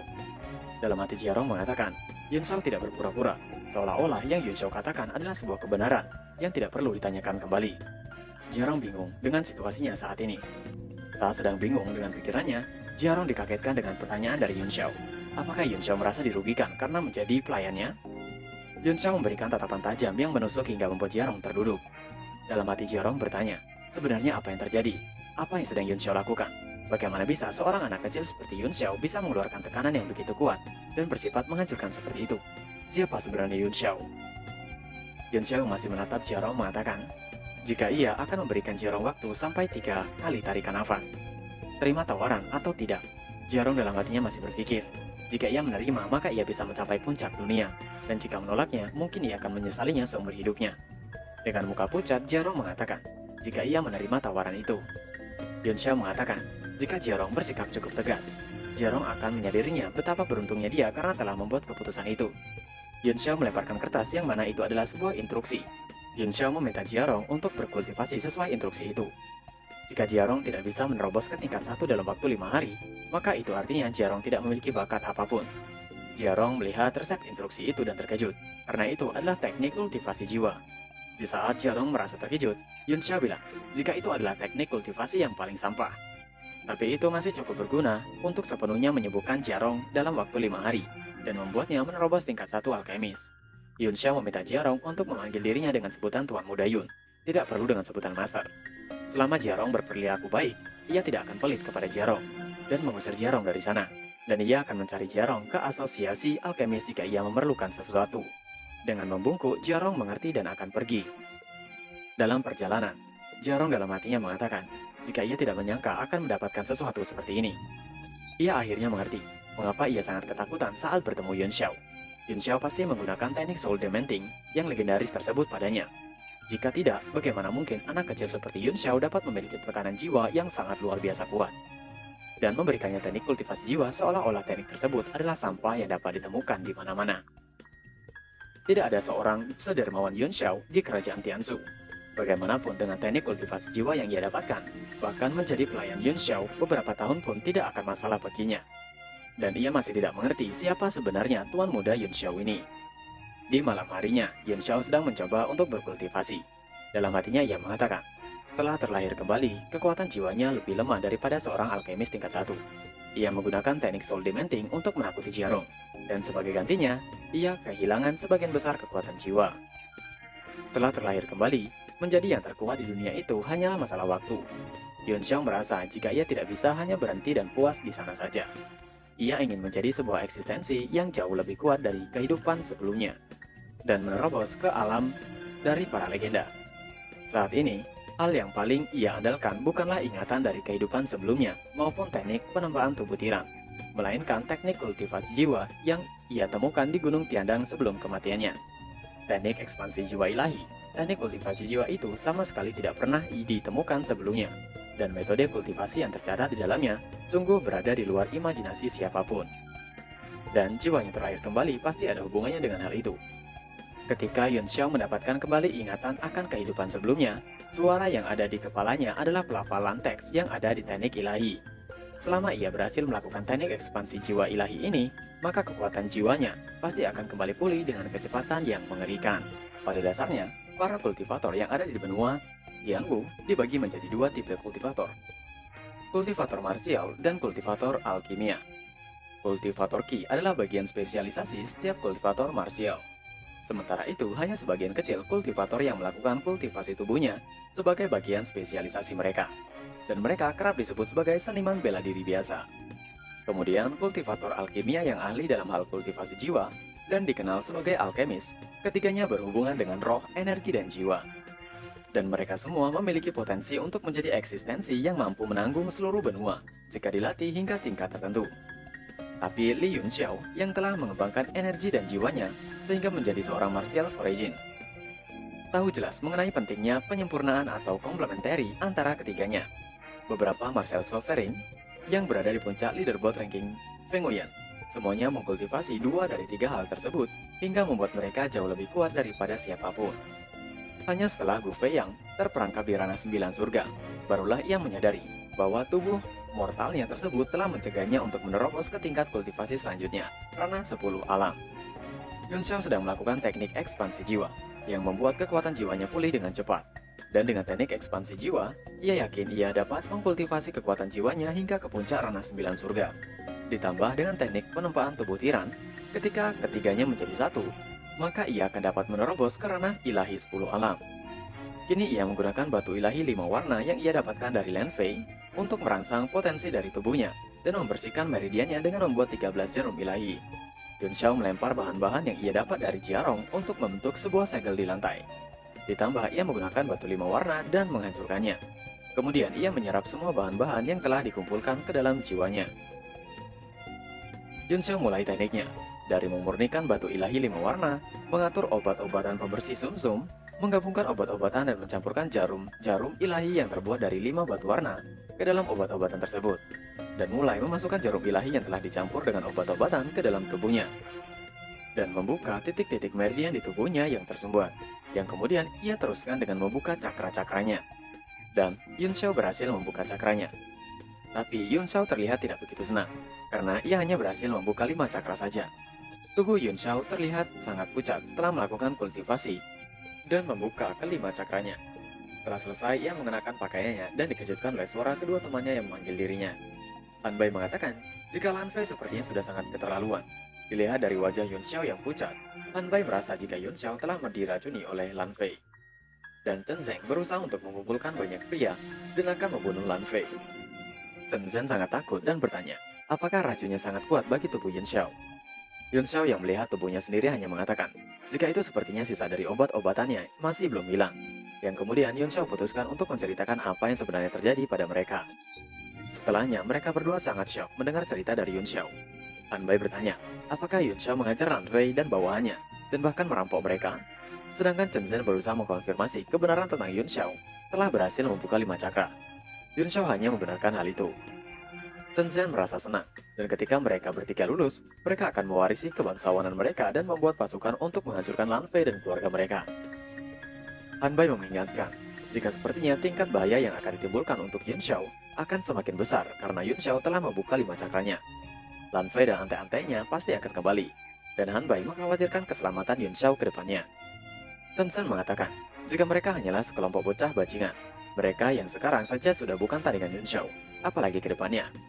Chen Zhen juga mengatakan untuk mereka tidak melupakan bahwa di kerajaan Tianshu hanya ada 2 orang yang telah mencapai ranah 5 elemen dan menjadi seorang martial king. Salah satunya adalah kepala Akademi Jialan, Zhong Lishan. Beliau juga dianggap sebagai orang terkuat yang ada di seluruh kerajaan Tianshu. Jadi, bahkan jika sang raja datang mengunjungi akademi, mereka harus mematuhi peraturan yang ada di akademi. Intinya, di akademi mereka harus menggunakan kekuatan diri mereka sendiri. Han Bai mengatakan jika Lan Fei bukanlah masalah. Yang jadi masalah adalah adik tiri dari keturunan Lan, adik Lan Fei yang bernama Lan Xuan. Saat Han Bai dan Chen Zhen masih khawatir dengan apa yang akan terjadi nantinya, Yun Xiao malah asik dengan pemikirannya yang mengatakan, jika peringkat mini Feng Wuyan sungguh tidak layak disebutkan di hadapannya. Han Bai masih khawatir karena Lan Xuan akan lulus tahun ini, dan dikatakan jika ia adalah seorang martial master yang sedang dalam proses untuk menerobos 2 ranah sekaligus. Mereka masih sangat ketakutan dan berharap jika mereka masih akan bisa hidup hingga Lan Shui lulus nanti. Yun Xiao lalu menenangkan mereka untuk tidak khawatir, karena Lan Shui pasti akan mencari dirinya, dan jika Lan Shui tidak melakukannya, maka ia sendiri yang akan mencari Lan Shui. Tentu saja mendengarnya membuat mereka makin khawatir. Sedangkan Yun Xiao terlihat sangat antusias, karena tidak sabar untuk mengambil batu 5 warna milik Lan Xuan. Di suatu tempat, Lan Fei tengah menemui seseorang yang mana itu adalah pamannya. Lan Fei mengatakan, jika tidak mungkin ia akan membiarkan masalah ini. Pamannya meminta Lan Fei untuk diam, karena Lan Fei hampir membuat masalah besar. Untungnya Lan Xuan sedang dalam seklusi. Jika tidak, maka perlindungan dan usaha ibu Lan Fei selama bertahun-tahun akan berakhir sia-sia. Lan Fei terkejut tidak mengerti. Pamannya bernama Wang Feng, yang mana adalah guru Akademi Jialan. Lan Fei mengatakan jika ia menginginkan Lan Xuan untuk membalaskan dendamnya pada Yun Xiao. Wang Feng mengatakan, mengapa Lan Fei terdengar seolah-olah ia dekat dengan Lan Xuan? Wan Fei mengatakan, jika sampah dari keluarga Li bukanlah apa-apa, dan musuh sebenarnya yang terbesar Lan Fei adalah kakaknya sendiri, Lan Xuan. Jika Lan Xuan mengetahui Lan Fei kehilangan Leontin, maka Lan Fei akan mendapat teguran dari tetua keluarga, dan mungkin akan kehilangan statusnya juga. Maka secara tidak langsung, Lan Xuan pasti akan menjadi penerus selanjutnya. Mendengar itu membuat Lan Fei bertanya pada Wang Feng, jadi apa yang harus ia lakukan? Dan untuk masalah Yun Xiao, apa yang harus ia lakukan juga? Wang Feng dan Lan Fei terus diskusi tentang apa yang akan mereka lakukan. Dan masalah utama yang sekarang adalah Yun Xiao. Mereka akan menyingkirkan Yun Xiao dalam 7 hari. Tapi Lan Fei tidak terima dan akan membuat Yun Xiao keluar akademi sebelum 7 hari. Lan Fei mengatakan rencana pada pamannya. Rencana itu membuat Wang Feng tertawa terbahak-bahak. Kembali pada Yun Xiao yang sedang berkultivasi. Ia merasakan ada kedatangan dari seorang yang mengganggu kultivasinya. Yun Xiao menggunakan Divine Sense untuk mendeteksi kehadiran seseorang. Terlihat ada 2 orang. Dengan segera Yun Xiao membuka pintu asramanya dan mendapati surat. Itu adalah surat cinta yang tertulis sebuah nama, Luo Lan Duo. Inti dari suratnya menyatakan untuk Yun Xiao menemui Lan Duo di hutan Maple. Yun Xiao segera pergi meninggalkan asramanya. Dan dari belakang, dua orang anak buah Lan Fei memasuki asrama Yun Xiao untuk meletakkan sesuatu di kamar Yun Xiao. Tapi sebenarnya Yun Xiao belum pergi. Ia ada di atas pohon untuk melihat apa yang mereka berdua lakukan. Ternyata dua orang tadi meletakkan banyak sekali pakaian dalam wanita di kamar Yun Xiao, yang dimaksudkan untuk menjebak Yun Xiao. Yun Xiao yang mengetahuinya, ia akan bermain dengan cara yang Lan Fei buat. Yun Xiao kini ada di hutan Maple, di mana hutan itu adalah sebuah area kultivasi di dalam Akademi Jialan. Tapi di malam harinya menjadi tempat untuk memadu kasih dan ike-ike kemochi para siswa. Yun Xiao menggunakan Divine Sense-nya untuk melihat ada berapa pasang siswa yang melakukan skip pop-up. Lalu Yun Xiao dikagetkan oleh seseorang yang meminta tolong. Itu adalah seorang wanita berlari meminta diselamatkan dari kejaran seorang pria. Yun Xiao tidak menolongnya dan malah menodongkan pedangnya pada wanita itu. Seseorang yang sudah menangkap wanita itu meminta Yun Xiao pergi dari sana dan akan melakukan hal enak pada si wanita. Wanita itu terus minta tolong untuk diselamatkan. Dengan ekspresi lain, Yun Xiao mengatakan, "Jangan khawatir sayang, aku akan menyelamatkanmu." Wanita itu berhasil kabur dari pria yang bernama Liu Litian dan menuju Yun Xiao. Yun Xiao yang memegang pundak wanita itu mengatakan, jika bukan dirinya yang akan menyelamatkan wanita itu, tapi mereka. Yang dimaksud mereka tiba-tiba keluar dari persembunyian. Itu adalah salah satu guru di Akademi Jialan. Waka kesiswaan Akademi Jialan yang bernama Feng Wuping. Di sisi lain, Fei dan kelompoknya sedang melihat kejadian dan bertanya, mengapa ada guru Wuping di sana? Dan semua orang mengeroyok Liu Litian. Guru Wuping bertanya nama wanita itu dan bertanya alasan wanita itu bersama Liu Litian. Wanita itu menjawab jika namanya adalah Meng Fu. Tapi saat dia akan mengatakan alasannya, Meng Wu dihentikan oleh Yun Xiao, yang meminta Meng Wu untuk tidak takut. Dengan menggoda wanita itu, Yun Xiao mengatakan, selama Yun Xiao ada di sana, tidak akan ada seorang pun yang akan mengganggu wanita itu. Dengan sedikit muka memerah, Meng Wu dalam hatinya bilang, jika sepertinya Yun Xiao mengetahui rencana mereka. Guru Wuping meminta Yun Xiao untuk menjaga Meng Wu karena ia akan memeriksa keadaan dari Liu Litian. Sambil membuat Meng Wu tutup mulut, Yun Xiao mempersilahkan Guru Wuping untuk pergi. Sedangkan Lan Fei dan kelompoknya tidak menyangka jika itu semua adalah rencana Yun Xiao. Lan Fei bertanya pada orang yang baru datang menemui dirinya, apakah mereka semua sudah siap mengatur rencananya? Mereka adalah orang yang menaruh pakaian dalam wanita di kamar Yun Xiao. Mereka mengatakan jika semuanya sudah siap sesuai rencana. Dengan senyuman, Yun Xiao dalam hatinya meminta untuk pemain protagonisnya keluar. Yun Xiao menggendong Meng Wu untuk membawanya, dan Guru Wuping sudah membawa Liu Litian. Guru Wuping meminta Yun Xiao untuk tidak terus menggendong Meng Wu dan menyerahkan pada siswa yang lain. Saat siswa yang lain akan pergi mengantar Meng Wu, mereka dihentikan oleh teriakan seseorang itu. Yang mana itu adalah Lan Fei dan sekumpulan wanita. Guru Wuping menanyakan, ada perihal apa? Lan Fei mengatakan jika ada seorang pencuri di dalam akademi, dan pencuri itu sangatlah mesum, karena banyak murid wanita yang kehilangan pakaian dalam. Guru Wuping melihat ada Putri Luxui juga di sana. Luxui mengatakan jika ia juga kehilangan satu, dan meminta Guru Feng untuk menemukan dan mengungkap pencurinya. Lan Fei mengatakan jika ada seorang yang melihat pencurinya masuk ke dalam hutan Maple. Dan dalam hati Lan Fei mengatakan jika sudah tamat riwayat Yun Xiao. Yun Xiao balik bertanya, ada banyak murid wanita yang kehilangan pakaian dalam, tapi apa urusannya dengan Lan Fei? Saat Lan Fei tidak tahu akan menjawab apa, tiba-tiba bawahannya menyela jika ia melihat kejadian itu dan melaporkan pada Lan Fei. Dan Lan Fei bilang jika sebagai seorang siswa akademi Jialan ia tidak bisa membiarkannya begitu saja. Dan langsung melemparkan tuduhan itu pada Yan Xiao, jika Yan Xiao lah yang telah mencuri pakaian dalam wanita. Yan Xiao berusaha untuk menyangkal. Lan Fei lalu menjawab, untuk membuktikannya, maka diminta Yun Xiao untuk membiarkan mereka memeriksa kamar Yun Xiao. Mereka segera pergi menuju kamar Yun Xiao. Saat mereka telah sampai di asrama Yun Xiao, ternyata di sana sudah ada paman Lan Fei, yaitu Guru Wang. Guru Wuping bertanya mengapa Guru Wang ada di sana. Ia mengatakan jika mendengar ada pencuri mesum di sana. Dan ia di sana untuk mengamati apa yang terjadi. Dan jika menangkap pencuri itu, maka harus dikeluarkan dari akademi. Yun Xiao mempersilahkan untuk memeriksa kamarnya. Semua orang masuk ke kamar Yun Xiao untuk memeriksanya. Setelah diperiksa dengan teliti, tidak ditemukan apapun di sana. Itu membuat Lan Fei keringat dingin. Sedangkan pamannya, Guru Feng bilang sepertinya bukan Yan Xiao pencuri, tapi orang lain. Sambil menatap Lan Fei, Guru Feng meminta mereka untuk segera pergi. Tapi itu dihentikan oleh Yun Xiao. Mengapa mereka kembali? Bukankah Guru Feng mengatakan, jika pencurinya adalah orang lain, mengapa tidak mencari tahunya? Guru Feng beralasan jika akademi itu sangat besar, jadi tidak mungkin untuk mencarinya. Yun Xiao mengatakan, jika Lan Fei mengatakan kalau Yun Xiao adalah pencurinya, berarti itu semua adalah kebohongan. Dan Yun Xiao juga berhak untuk mencurigai jika pencurinya adalah Lan Fei. Lan Fei meminta Yun Xiao untuk tidak menuduh orang lain, dan bertanya apa yang Yun Xiao inginkan. Yun Xiao menjawab jika itu mudah. ia akan melakukan hal yang sama, memeriksa kamar asrama Lan Fei. Dengan percaya diri, Lan Fei memperbolehkan dan akan membuktikan bahwa ia tidak bersalah. Mereka semua pergi menuju asrama Lan Fei. Setelah sampai, mereka semua diinstruksikan untuk mencari.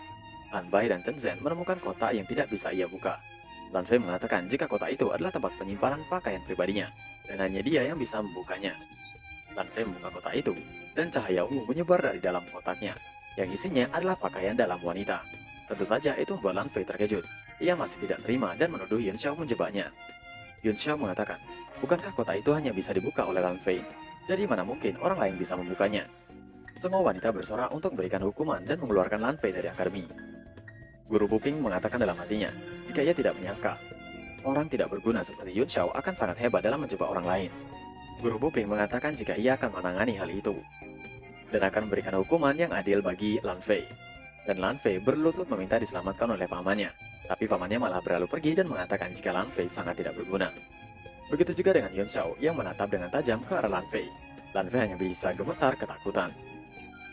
Tidak lama setelah itu, putusan akademi telah dikeluarkan. Lan Fei dikeluarkan dari akademi setelah buktinya cukup. Di asrama Yun Xiao, Han Bai datang dengan terburu-buru mengatakan jika ia mendapat kabar baik dan kabar buruk. Yun Xiao langsung bilang jika kabar baiknya pasti Lan Fei dikeluarkan dari akademi, dan meminta Han Bai untuk mengatakan kabar buruknya segera. Han Bai bilang jika kabar buruknya adalah penguji tahun ini adalah Guru Wang, yang merupakan paman dari Lan Fei. Maka itu adalah akhir dari mereka, karena sudah dipastikan mereka akan gagal. Yun Xiao malah menyepelekan, jika Guru Feng macam-macam, maka ia akan undang keluar bersama dengan Lan Fei. Han Bai masih khawatir, ia mengatakan jika ia tahu kalau Yun Xiao itu kuat, tapi jangan pernah mengacau. Lan Fei hanyalah murid, tapi Guru Feng adalah instruktur di akademi.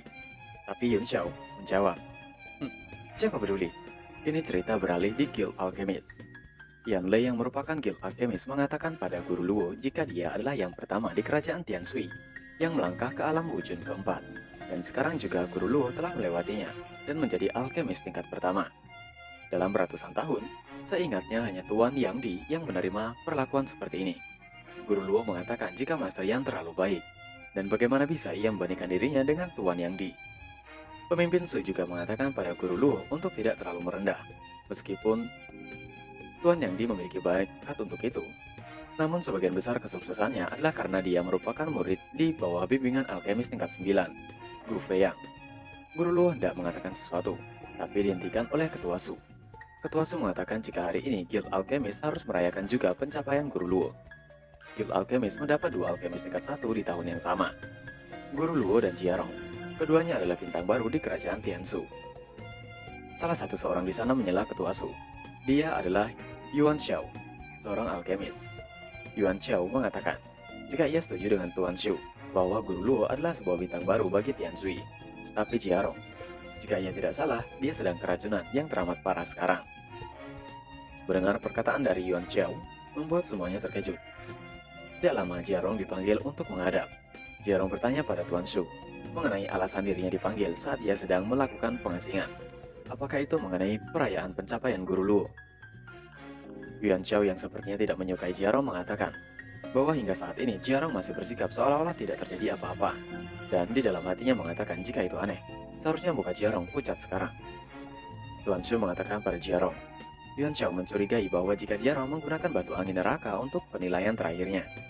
Dan Tuan Shu menunjukkan hasil penyelidikan terhadap Jiarong dalam beberapa hari terakhir. Dan sepertinya Jiarong perlu memberi penjelasan pada semua orang. Jiarong merasa kesal karena Yuan Xiao mengirim seorang untuk mengikutinya. Untungnya, Tuan Muda Yun Xiao membantunya pulih dari keracunannya, yang membuat ia berterima kasih sekali pada Yun Xiao. Kemudian, Since diperlihatkan, Yun Xiao telah terjatuh di hadapan Jiarong dengan bersimbah cairan merah. Yun Xiao bertanya pada Jiarong, bagaimana kekuatan jiwa Jiarong bisa menjadi sangat kuat. Jiarong menjawab jika ia adalah seorang alkemis sejati, kekuatan jiwanya secara alami akan lebih kuat daripada alkemis palsu. Yuan Xiao merasa sangat kesakitan yang tiba-tiba membuat dirinya terlihat semakin tua. Hal itu membuat semua orang terkejut melihat perubahan dari Yuan Xiao. Dari mulut Yuan Xiao mengeluarkan angin dan membuat tubuhnya menyusut. Tuan Shu lalu bertanya pada Yuan Xiao, mengapa ia melakukan hal itu? Yuan Xiao menjawab, jika dirinya sudah tua dan juga rapuh, ia ingin pensiun dan kembali ke rumah untuk menghabiskan bertahun-tahun waktunya yang tersisa di benua ini, dan berharap permintaannya dikabulkan.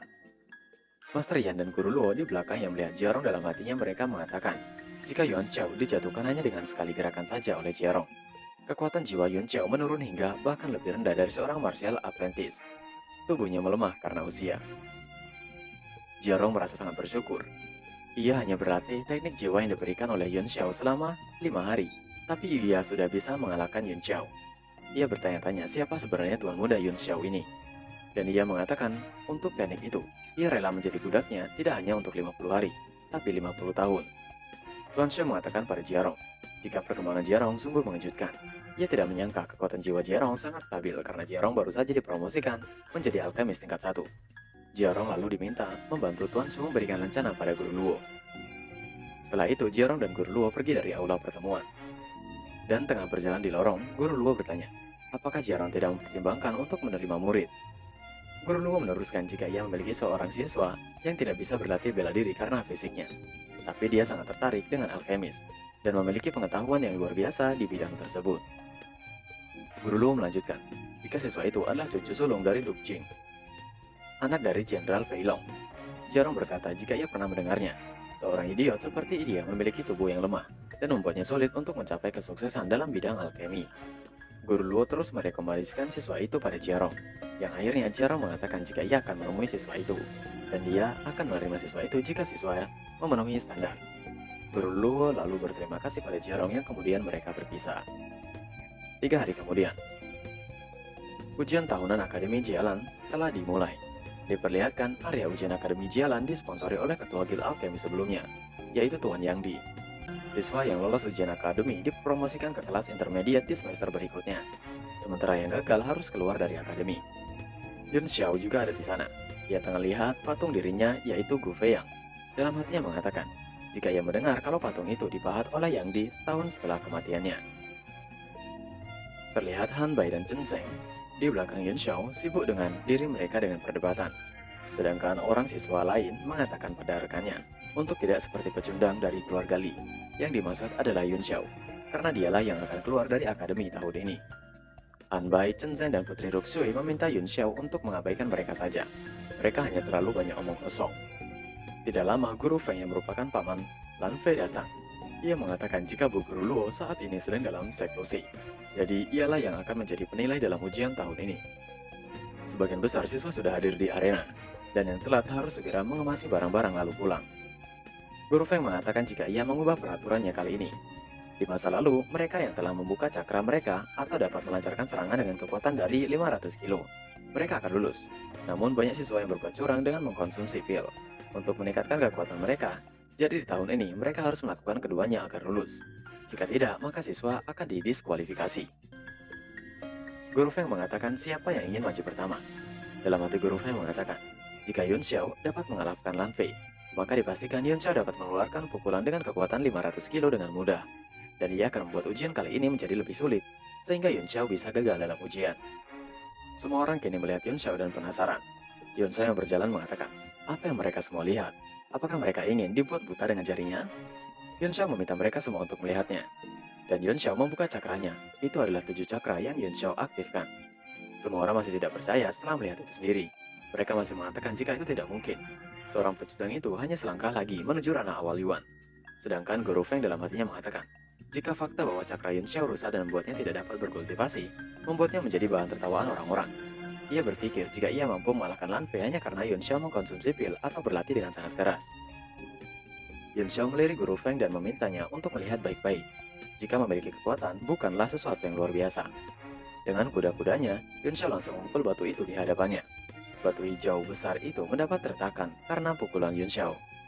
Orang-orang yang melihatnya tidak percaya, karena meninggalkan retakan pada batu hanya bisa dilakukan seorang martial warrior. Dan jika dilihat lebih jelas, retakan seperti itu tidak mungkin bisa dilakukan oleh martial warrior. Apakah Yun Xiao menggunakan suatu teknik? Guru Feng melihat masih terkejut. Ia tidak menyangka sampah sepertinya bisa melakukannya. Yun Xiao bertanya pada mereka semua, apa mereka puas dengan itu? Setelah itu, Yun Xiao berpamitan pergi dari sana, karena ia cukup sibuk. Guru Feng mengatakan pada Yun Xiao sebelum Yun Xiao pergi, jangan pernah berpikir jika Yun Xiao sangat kuat hanya karena telah membuka semua cakranya, dan memperingatkan jika itu hanyalah permulaan. Namun perkataan itu tidak dijawab dan hanya disambut oleh tawa dari Yun Xiao. Setelah beberapa langkah ke depan, Yun Xiao dihadang oleh seseorang. itu adalah Lan Xuan, kakak dari Lan Fei. Lan Xuan lalu memperkenalkan diri pada Yun Xiao. Dia adalah seorang murid yang akan lulus sebentar lagi, dan juga merupakan ketua dari geng Xuan. Tanpa berkata apapun, Yun Xiao hanya mengacukan jari tengahnya dan mengatakan, jika anjing baik tidak menghalangi jalan. Lan Xuan masih bersikap tenang dan mengatakan, jika ia tidak akan membuat keributan, ia datang hanya untuk adiknya yang tidak berguna itu. Yun Xiao mengatakan, jika sepertinya anjing besar datang setelah ia mengalahkan anjing kecil, itu sedikit memprovokasi Lan Xuan. Lan Xuan bertanya, apakah semua anggota keluarga Li tidak memiliki adab seperti Yun Xiao? Dengan sedikit emosi, Yun Xiao memancing amarah Lan Xuan dengan mengatakan, apa yang dikatakan sebagai adab? Setelah sekian tahun lamanya pertarungan di antara keluarga Li dan keluarga Lan, dan soal ia melumpuhkan Lan Fei, Lan Xuan datang untuk membicarakan hal itu padanya. Apakah Lan Xuan itu orang idiot? Dengan emosi juga, Lan Xuan menanggapi jika ia sudah muak dengan semua omong kosong Yun Xiao, dan ia akan membuat Yun Xiao menyesal. Ternyata itu hanyalah provokasi dari Yun Xiao. Yun Xiao memberikan tepuk tangan pada Lan Xuan setelah melihat Lan Xuan marah-marah. Yun Xiao mengatakan jika seperti itu seharusnya seekor anjing yang baik. Dengan segera Lan Xuan mengeluarkan surat tantangan untuk bertarung. Ia mengatakan jika kedatangannya ke sana bukan untuk berdebat, melainkan untuk mengajak Yun Xiao bertarung. Lan Xuan mengatakan jika itu benar kalau saudaranya Lan Fei tidak berguna itu telah bersikap yang tidak seharusnya dan pantas untuk dikeluarkan. Tapi sebagai saudaranya, ia tidak bisa menutup sebelah mata dan harus memberi Yun Xiao pelajaran. Lan Xuan mendekat pada Yun Xiao dan mengatakan, jika ia memberikan dua pilihan pada Yun Xiao, berlutut dan bersumpah untuk tidak berurusan lagi dengan keluarga Lan, atau menantangnya, dan ia akan membuat Yun Xiao menyesali atas tindakannya nanti. Melihat itu membuat Putri Ruxue menghentikan Lan Xuan, tapi Yun Xiao malah makin membuat Lan Xuan marah. Ia mengatakan, ketika adiknya seorang gay yang memiliki hobi aneh mengkoleksi pakaian ala wanita, pasti kakaknya juga tidak jauh berbeda.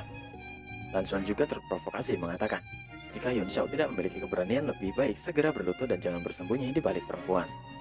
Tidak dihiraukan dan malah Yun Xiao meludah ke arah Lan Xuan. Yun Xiao mengambil surat tantangan itu dan sekali lagi mengacukan jari tengahnya. Yun Xiao mengatakan, meskipun Lan Xuan tidak tahu malu, Yun Xiao akan menerima tantangan itu dalam 3 hari. Ia akan mengalahkan Lan Xuan sampai berlutut meminta ampun. Setelahnya, Yun Xiao pergi ke Guild Alchemist untuk menemui Jiarong. Saat sedang melewati lorong, ia melihat seorang pria yang melakukan pemurnian. Yun Xiao memberikan sedikit saran pada pria itu. Setelah itu, wanita resepsi datang dan mengatakan jika Master Lang memuji Yun Xiao mengenai resep yang Yun Xiao tulis waktu itu. Tanpa berlama-lama, Yun Xiao bertanya pada resepsionis itu jika dirinya mencari Jiarong. Wanita resepsionis itu lalu membimbing Yun Xiao menemui Jiarong. Sebelum pergi, Yun Xiao memberi saran pada pemuda itu lagi untuk melakukan apa yang seperti ia katakan. Setelah sampai di ruangan Jiarong, wanita resepsionis mengetuk pintu ruang Jiarong, tapi yang terdengar hanyalah geramannya yang tidak membuka pintunya. Dan Yun Xiao mengatakan jika dirinya adalah tuan muda Yun Xiao dan meminta untuk membuka pintunya. Dengan segera Jiarong keluar bak anjing bertemu dengan tuannya. Di dalam ruangan Jiarong yang sangat berantakan, Jiarong mengatakan mengenai dirinya, tapi Yun Xiao bilang jika ia tidak tertarik, karena ia datang ke sana untuk meminta bantuannya memurnikan pil. Yun Xiao mengatakan, jika pil yang akan dia murnikan adalah pil Origin Impact dan sebuah pil Origin Testing. Tentu saja nama pil itu membuat Jiarong terkejut. Jiarong merasa takut tidak bisa membuatnya karena itu adalah pil tingkat 2. Yun Xiao menjawab jika dirinya ada di sana juga. Jadi apa yang ditakutkan oleh Jiarong? Yun Xiao meminta Jiarong untuk segera menyiapkan bahan-bahannya. Setelahnya, bahan-bahan sudah disediakan oleh Jiarong di atas meja. Tapi itu lebih banyak dari apa yang diminta oleh Yun Xiao. Jiarong mengatakan, jika seorang alkemis tingkat pertama hanya bisa memurnikan pil tingkat pertama pula dengan tingkat kesuksesan 60%. Jadi ia menyediakan 3 hanya untuk berjaga-jaga. Yun Xiao memukul meja dan meminta Jiarong segera memulainya saja. Dan cukup ikuti instruksi dari Yun Xiao. Mereka mulai pembuatan pilnya. Selama pembuatan, Jiarong dikatai bodoh beberapa kali oleh Yun Xiao. Tapi Jiarong hanya mengatakan dengan baik dan baik. Dan pil itu pun jadi. Jiarong merasa sangat bahagia karena bisa membuat pil-pil itu. Bahkan ia bisa memurnikannya di waktu yang bersamaan. Ia merasa sangat bahagia, bahkan dalam hatinya ia mengatakan, walaupun Yun Xiao memanggilnya idiot atau bodoh, selama itu dibimbing oleh Yun Xiao, ia akan menerimanya. Jiarong sangat percaya diri karena ia pasti akan menjadi seorang alkemis yang luar biasa nantinya. Tapi pemikirannya itu dipatahkan oleh perkataan Yun Xiao yang mengatakan, mengapa tingkat kemurnian pil itu sangat rendah? Sungguh pil sampah. Dan bahkan Jiarong berani bersuka cita di hadapannya. Pernyataan Yun Xiao membuat Jiarong kena mental gak tertolong. Yun Xiao mengatakan pada Jiarong, jika sepertinya Jiarong telah kelelahan setelah memurnikan pil sampah itu, maka ia akan memurnikan pil itu untuk kedua kalinya seorang diri. Yun Xiao lalu memulai pemurniannya seorang diri. Jiaro yang melihat itu merasa sangat tidak percaya, karena ia tidak tahu jika pil bisa dimurnikan lebih lanjut lagi. Dan bahkan, teknik segel tangan yang digunakan oleh Yun Xiao, ia tidak pernah melihatnya. Dan akhirnya, Yun Xiao berhasil memurnikan pil itu.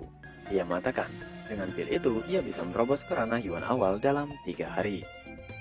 Setelah Yun Xiao selesai membuat pil bersama Jiarong, kini dia memutuskan untuk kembali secepatnya dan berkultivasi secepatnya juga. Jika ia ingin mengalahkan Lan Xuan, ia perlu mendapatkan energi Yuannya dan menerobos ke ranah Yuan awal. Scenes berpindah di Akademi Jialang. Terlihat Guru Luo tengah terkejut mendengar cerita dari kepala akademi yang mengatakan jika Yuan Xiao memiliki kekuatan pukulan sebesar 500 kg dan bahkan membuka 7 cakra miliknya. Kepala akademi mengatakan jika ada banyak hal yang menarik terjadi selama Guru Luo dalam pengasingan. Kepala akademi mengatakan jika para bocah dari para keluarga kuat itu pasti merasa bosan dari hari ke hari. Karena itu lebih baik mereka membiarkan saja. Dan yang terpenting adalah Guru Luo saat ini.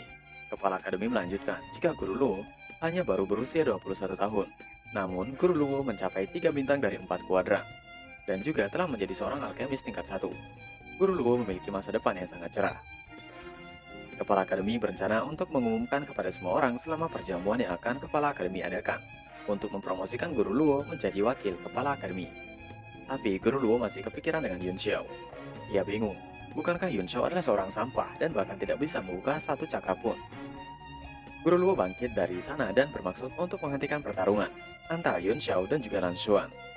Juga meminta kepala akademi untuk membicarakan hal yang lain di lain waktu. Sembari berjalan, Guru Luo mengatakan bagaimana bisa Yun Xiao mengalahkan Lan Xuan. Apakah Yun Xiao cari mati? Kemudian kepala akademi mengikuti Guru Luo dengan mengatakan jika ia mendengar kalau Yun Xiao hanyalah seorang sampah. Kepala akademi masih lanjutkan. Sepertinya tidak mungkin Yun Xiao akan kalah, karena dalam hal perencanaan dan menjebak orang lain, Yun Xiao sangat licik, dan takutnya Yun Xiao sudah menerobos ranah awal Yuan. Guru Luo mengatakan, walau memang seperti itu, Yun Xiao masih belum bisa mengalahkan Lan Xuan, dan Guru Luo pergi untuk menghentikan mereka. Kepala akademi memutuskan untuk ikut karena itu terlihat sangat menarik baginya. Berpindah di dalam ruangan gravitasi, terlihat Lan Luo dan Yu He tengah menunggu ruangan untuk berlatih. Yu He mengatakan jika ia mendengar kalau Yun Xiao akan melawan Lan Xuan, apakah Lan Luo tidak ingin melihatnya? Lan Luo dengan sok tidak pedulinya mengatakan jika ia sibuk, karena sudah dipastikan Yun Xiao akan dikalahkan dan akan mempermalukan dirinya sendiri.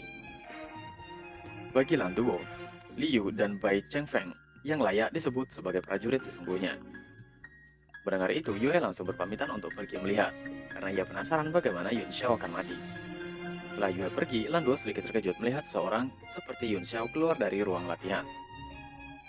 Di arena tanding Akademi Jialang, terlihat Lan Xuan sudah ada di sana, sedangkan orang-orang mengira jika Yun Xiao tidak akan datang karena ketakutan. Chen Zhen, Han Bai, dan Putri Rusui masih membicarakan apakah Yun Xiao akan datang atau tidak. Tapi menurut Chen Zhen, Yun Xiao pasti akan datang karena lelaki harus menepati janjinya. Tidak lama Yun Xiao datang ke arena. Semua siswa penasaran melihat Yun Xiao dengan tatapan heran. Putri Ruxue yang melihat itu mengatakan pada Yun Xiao, mengapa Yun Xiao malah datang? Tidak hanya Putri Ruxue yang menghentikan Yun Xiao, tapi ada Guru Luo juga yang sudah ada di sana untuk menghentikan pertarungan itu. Guru Luo mengatakan jika pertarungan itu dibatalkan. Pernyataan Guru Luo membuat orang berpikir, jika pantas saja Yun Xiao berani, yang ternyata Yun Xiao memiliki trik kotor seperti itu. Sampah memanglah sampah, lanjut siswa di sana. Guru Luo mengatakan jika Li Yun Xiao adalah muridnya, jadi itu adalah kewajibannya untuk menjaga muridnya agar tetap aman. Yun Xiao malah menyela mengatakan, yang murid Guru Luo adalah dirinya, tapi mengapa Guru Luo terkesan melindungi Lan Xuan? Yun Xiao masih menuju arena dan meminta semua mereka untuk bubar, karena ia hanya membutuhkan waktu 1 menit untuk menghabiskan Lan Xuan. Melihat tindakan Yun Xiao membuat Guru Luo berkata dalam hatinya, apakah Yun Xiao sudah tidak waras? Apakah Yun Xiao sungguh sangat ketakutan sampai kepalanya ada yang salah? Guru Luo tidak bisa berbuat apa-apa lagi dan satu-satunya yang ia bisa lakukan adalah bersiap untuk menolongnya. Yun Xiao kini sudah ada di hadapan Lan Xuan. Lan Xuan mengatakan jika ia mengira Yun Xiao tidak akan datang. Yun Xiao mengeluarkan auranya mengatakan, apakah Lan Xuan pikir ia dapat memperpanjang hidupnya hanya dengan mengucapkan beberapa kata? Guru Luo yang merasakan aura Yun Xiao mengatakan, warrior, Yun Xiao sungguh telah menjadi seorang martial warrior. Padahal baru kemarin Yun Xiao hanyalah sampah, tapi sekarang sudah berbeda. Orang-orang di sana juga terkejut mengetahui jika Yun Xiao adalah seorang martial warrior. Lan Xuan lalu bangkit dari duduknya mengatakan, Pantas saja adiknya tidak berguna itu tidak bisa melawan Yun Xiao. Ternyata Yun Xiao sungguh pandai menyembunyikan kekuatannya. Lan Xuan langsung mengeluarkan auranya juga yang meluap-luap. Ia mengatakan jika hari ini adalah akhir untuk Yun Xiao. Guru-guru yang melihat aura Lan Xuan terkagum dan merasa jika Lan Xuan akan dapat menerobos ke ranah selanjutnya dalam 2 bulan dan menjadi seorang martial master. Sedangkan Guru Feng menginginkan kekalahan Lan Xuan, tapi ia berpikir jika itu sepertinya mustahil. Kepala akademi juga ternyata sudah tiba di sana dan mengatakan jika mereka semua telah meremehkan Yun Xiao dan sepertinya pertarungan ini sangat memang layak untuk ditonton. Yun Xiao berjalan perlahan menuju ke arah Lan Xuan dengan gerakan sedikit aneh. Yang menyadari hal itu hanyalah kepala akademi. Kepala akademi mengatakan sesuatu terasa aneh. Udara di sekitar Yun Xiao terasa aneh. Dengan setiap langkah yang ditempuh Yun Xiao, area di sekitar menjadi bergetar. Itu terlihat seperti seluruh hukum alam di dunia ini menjadi selaras dengan ketenangan pikirannya. Seakan area di sekitarnya sungguh hidup. Dan teknik itu pasti adalah teknik mistik. Sungguh teknik bela diri yang mutakhir. Yun Xiao sudah sampai di depan Lan Xuan. Lan Xuan mengatakan, bagaimana Yun Xiao akan mengalahkannya, dan mengeluarkan teknik passing cloud di tangan kanannya. Lan Xuan mengatakan, jika ia tidak akan membunuh Yun Xiao, tapi hanya membuat Yun Xiao berlutut di hadapannya dan minta maaf atas segala perbuatan Yun Xiao. Saat teknik itu dilepaskan, Yun Xiao berhasil menghindari. Yun Xiao terus menghindari serangan dilancarkan oleh Lan Xuan dengan cara seperti menendang udara.